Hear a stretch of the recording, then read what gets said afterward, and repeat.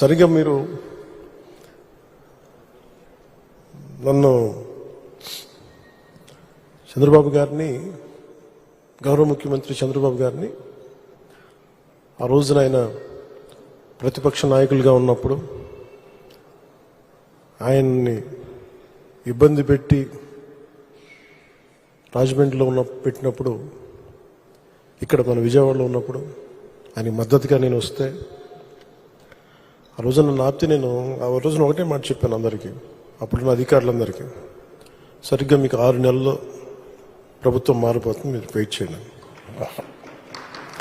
అది అహంకారంతో గర్వంతో చెప్పలేదు, చాలా విసిగిపోయాం. మన విజయం ఇదే కూతవేటు దూరంలోని ఇప్పటం గ్రామంలో జనసేన సభ పెట్టి వైసీపీ వ్యతిరేక ఓటుని చీలనివ్వం అని ఒక ప్రతిపాదన చేసినప్పుడు దాని వెనక తెలివితేటలు కానీ వ్యూహాలు కానీ ఏమి లేవు. ఒకటే ఒక లక్షణం ఏంటంటే, లోపల గుండెల్లో రాష్ట్రం బాగుండాలి, విభజన దగ్గర నుంచి నలిగిపోతా వచ్చాం, బాగుండాలని ఒక్క బలీయమైన కోరిక తప్ప ఇంకేం లేదు దాని వెనక.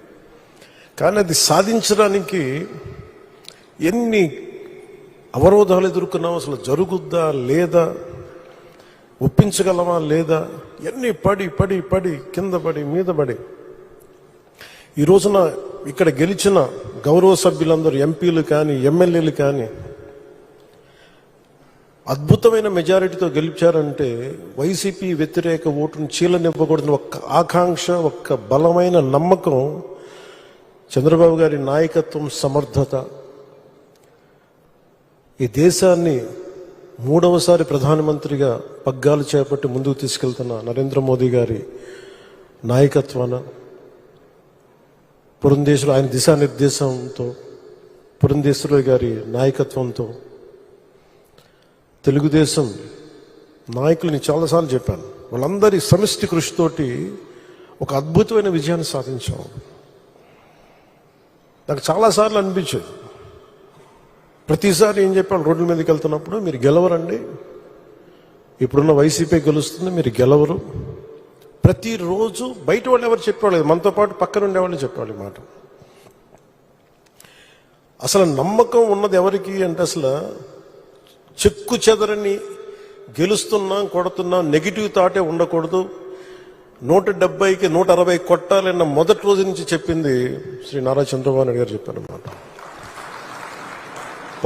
మనం అనుకుంటున్నాం, చేస్తున్నాం, చాలా జాగ్రత్తగా ఉంటారు, వ్యూహాలు ఉంటాయి, అన్నీ ఉంటాయి. కానీ ఎక్కడా కూడా ఆయన దగ్గర నుంచి నేను నేర్చుకుంది, కించిత్తు అధైర్యం లేదు, భయం లేదు ఆయన దగ్గర. అంటే ఆయనకున్న అపారమైన అనుభవం నేను ప్రత్యక్షంగా చూశాను, జాతీయ స్థాయిలో చూశాను, ఆయన రాజమండ్రిలో ఉన్నప్పుడు చూశాను. అసలు ఈయనకి నేను ఒకటే అనుకున్నాను లోపల కొంచెం, అంటే ఈయనకి ఏమి జరిగినా అసలు భయం అనేది ఏ క్వశ్చన్ లేదు ఈయనకి, అంటే ధైర్యం తప్ప. నాకు చాలా చాలా ఆనందం వేసింది, అంటే ఒక వ్యక్తి ఎన్ని ఒడిదుడుకులు ఎదుర్కొన్నా, నిస్సత్తువతో అయిపోయినా, కుటుంబ సభ్యుల్ని కించపరిచినా, ఎన్ని రకాలుగా ఎన్ని అవమానాలకు గురి చేసినా, క్యాబినెట్లో తీసుకున్న నిర్ణయాలకి ఆయన్ని బలి చేసి ఆయన లోపల పెట్టి, ఎవరో అధికారులు చేసిన దానిపైన చెలవులు పలువులు కల్పించి ఆయన్ని పెట్టి ఆయన ఇబ్బంది పెడితే, ఆ రోజు నేను కలిసినప్పుడు అనిపించింది, అసలు ఆయన గుండెల్లో చెక్కు చెదరలేదు ఆయనకి. ఆయన ఒకటే ఒక మాట అన్నారు, this is way of life, politics ఇది ఇట్లాగే ఉంటుంది, మనం భరిస్తాం, ముందుకెళ్ళడం. నాకు అనిపించింది, నేను ఆయన అలాంటి వ్యక్తి పక్కన ఉండి అడ్మినిస్ట్రేషన్ ఒకటి నేర్చుకోవడం, కష్ట సమయంలో అసలు ఎలా ఆయన్ని చూసి నేర్చుకోవాలి. ఒడిదుడుకులు, పొలిటికల్ ప్రాసెస్ ఒడిదుడుకులు ఉంటుంది, వ్యక్తిగతమైన దాడుల దగ్గర నుంచి కుటుంబ పరంగా అన్ని రకాలుగా. కానీ అట్లా తట్టుకొని అసలు ఎవరన్నా ఊహించలేం కదా. ఒక 53 రోజులు ఆయన్ని పెట్టి అలా ఉంచితే, నన్ను షూటింగ్లు చేయమంటే నేను చేయలేకపోయేవాడిని, తప్పు సంకేతాలు వెళ్ళిపోతాయని. నేను డేట్స్ ఇచ్చినా కూడా నేను ఆపేస్తాను ఆ రోజు. ఎందుకంటే ఆయన అంత సఫర్ అవుతా అని ఉంటే నేను బయటికి వెళ్ళి షూటింగ్ చేయడం కూడా నాకు ఇబ్బంది అనిపించేస్తుంది. నా ప్రొడ్యూసర్ చెప్పాను, రెండు చేతులు క్షమించమని చెప్పాను ఆ రోజున. తప్పట్లేదు, నాకు రాష్ట్ర ప్రజల కోసం మారాలి ప్రభుత్వం, అందుకని చేస్తాను, దయచేసి మీరు అర్థం చేసుకోండి అని. అంత నేను చేయగలిగానంటే ఆయన తట్టుకున్న విధానం నన్ను కూడా ఎంతో కొంత ఒక చేయూతనిచ్చేలా చేసింది. నా స్వార్థం వల్ల వ్యక్తిగతంగా నేను ఎదిగిపోవాలి, నా కోరికల్లో రాష్ట్రం విభజన జరిగినప్పటి నుంచి ఈ రోజుకి మనం నలిగిపోతా ఉన్నాం.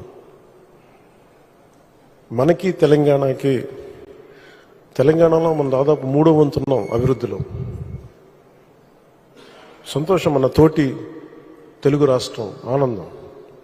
మనం పోటీ పడాలి, ఎదగాలి అంటే అనుభవం, పొలిటికల్ ప్రాసెస్లో అనుభవం ఒకటి చాలా చాలా కీలకమైనది.